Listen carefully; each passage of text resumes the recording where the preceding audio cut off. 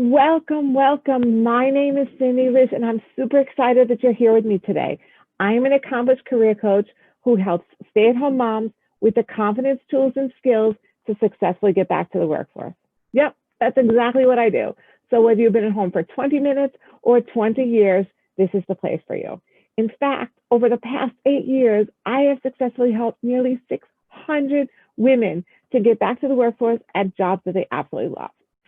So before we get started, I want you to click on that subscribe button so you are the first to know every single time I go live, which is going to be every single week on Wednesdays.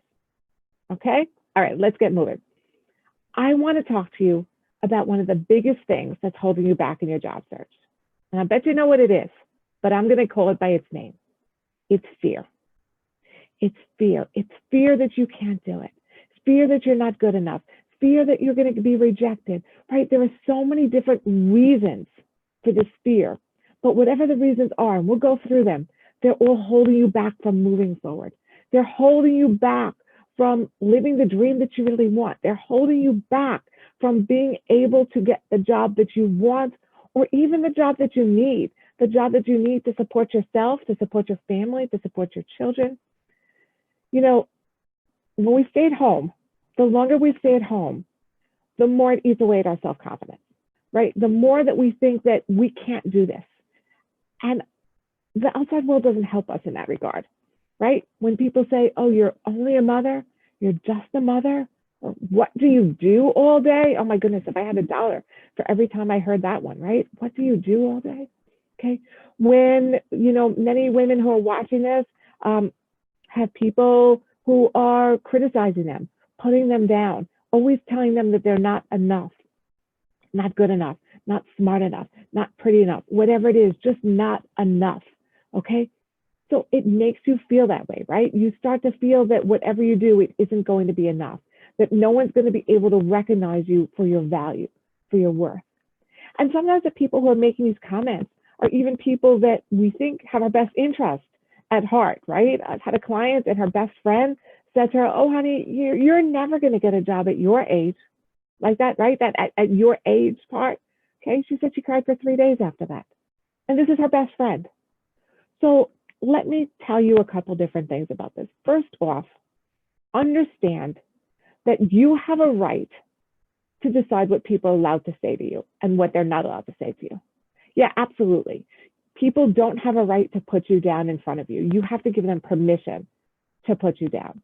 So, if people are criticizing you on your job search, and it could be your friend, it could be your mother, it could be your spouse, whomever, your sister, you can say, listen, we're not going to talk about my job search. Okay. I know you mean well. You could throw that in, right? I know you mean well, but we're not going to talk about my job search. But we can talk about this and go to whatever your safe topics are. Go to whatever you like to talk to them about. Become an expert at changing the subject. Okay, but you don't have to allow other people to tell you how you should be doing your job search, what you should be doing about your job search, why you're doing it wrong. I spoke to somebody the other day and she said to me, oh, my sister says, why don't you just hire one of those people who just gets you the job? Nobody just gets you the job. You have to go out and get the job. You have to show that what you've done is good stuff. You have to show your accomplishments. You have to have that drive inside of you to go out and get the job. No one's going to just go and give you a job, okay? It doesn't work like that. But you certainly have the right, okay? And I would say that you need to do this for your own self-preservation. You have the right and the requirement, let's put it that way, the requirement to separate yourself from the people that are putting you down, to separate yourself from the people that are making you feel badly about yourself. And I will also go so far as to say that if somebody is not happy about your success, if your friends are not happy when you're doing well, I would reevaluate if those people are really your friends. Okay, your friends should be your biggest cheerleaders, and your friends should be the ones who are shouting the loudest with the confetti and the balloons when something good happens in your life. And if they're not, if they're jealous, then I would think twice about the level of that friendship and if that is really an equal friendship. Okay? Now let's get back to that fear. We have this fear Okay, what if I can't do it? What if I'm going to be rejected? What if I put out all these resumes and still nobody wants me? What if I go on interviews and they're going to look at me and be like, oh, you're old, and they're not going to hire you? What if, what if, what if? Okay, and that's a fear that holds us back. And then the next fear is that fear of success. What if I get the job, right? And then it's, what if I get the job and I can't do it? Okay, or what if I get the job and it goes well? That fear of how great my life could be, because all of it is unknown, right? It's that whole fear of the unknown, the fear of what is it like to put myself out there to be vulnerable? What is it like? How's it going to change my life if I'm doing well? You know something? Don't let these fears hold you back, right? Think about, instead of thinking about what could go wrong, think about what would be great if this happened. How can I make this happen? How can I improve my situation? How can I improve my life? How could I improve how I feel about myself? Okay, if I go out there and go and get the job that I want. Okay, so instead of allowing fear to hold you back, allow excitement to push you forward. Allow your why, the reasons why you want to go back to the workforce, to propel you, to keep you energized, to keep you moving forward. Okay, one of my clients describes it as, it's like she has two angels, one on each shoulder, and the good angel is looking at the job posting, is like, yes, you could do this, you could do this, you could do this job, and she's like, and I know that I could do these jobs, but then I have the bad angel sitting on my other shoulder, being like, oh, no, you can't, you're not good enough, you can't do these jobs. Ignore that one. That one doesn't exist. Push that one aside. Stick with the one that is encouraging you, the one that knows that deep inside you've done great things and can continue to do great things. Okay? And listen to that one and ignore that other one. Okay? Right? And then don't allow little things that you don't have to hold you back. Suppose you look at a job and you need to have Excel, and you're not that great on Excel. You need to brush up on Excel. Is that a reason to stop your entire job search? Just because you need to brush up on Excel? You need to learn a computer program? I mean, take it back and think about how silly that sounds, right? What if your child is like, yeah, I can't ever leave third grade because I can't do long division?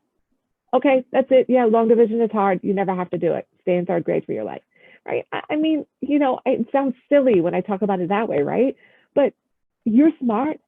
Go online, learn Excel. You don't have to take a class. You don't have to go to courses. You don't have to wait for the course to be enrolled and find the money to pay for the course and do it. Go online. There are so many resources. There are so many free resources out there, and just learn how to use something, right? You're never too old to learn something new. You're never too old to do these kind of things. When we stop ourselves from learning, we become stagnated, okay? And then we can't move forward. But get over these fears. If you look at it and say, well, there are people with more education than me. Okay, yeah, there's always going to be someone with more education than you. No matter what level you're at, there's always going to be somebody who has more education. Okay, you have high school, there's going to be people with college. You have college, there's going to be people with masters. There's going to be people with double masters. There's going to be people with PhDs, with 2 PhDs, et cetera, et cetera. There's always someone who's going to have more education than you. Okay, so what? That's not an indicator of success, by the way. Okay, book knowledge is not an indicator of how well you're going to do in life. There's also always going to be someone more experienced than you. Okay, but you know what you can bring to the table? You can always be the person that works harder. Okay, because that's what, statistically, that's what works. That's what pays off. Persistence, the ability to work hard, the ability to see that goal, to find that goal, and to not let anything get in the way between you and your goal. To push those fears aside, to realize that you are worth it, that you can do this, that you are stronger than your fears, okay? Because your fears just allow you to stay in that place of self-doubt, of I'm not good enough, okay? I'll never get this, I can't do this. Move past those fears and say, you know something? I'm worthy, I'm worthwhile, I love myself. I want to do this for myself. I want to do this for my family. I want to do this to be a good example to my children, okay? To show them what their mom can do, to show my daughters what a strong woman can do, to show my son what women can do, right? I want to be able to do this for all these reasons. And mostly I want to be able to do this because I know that I can.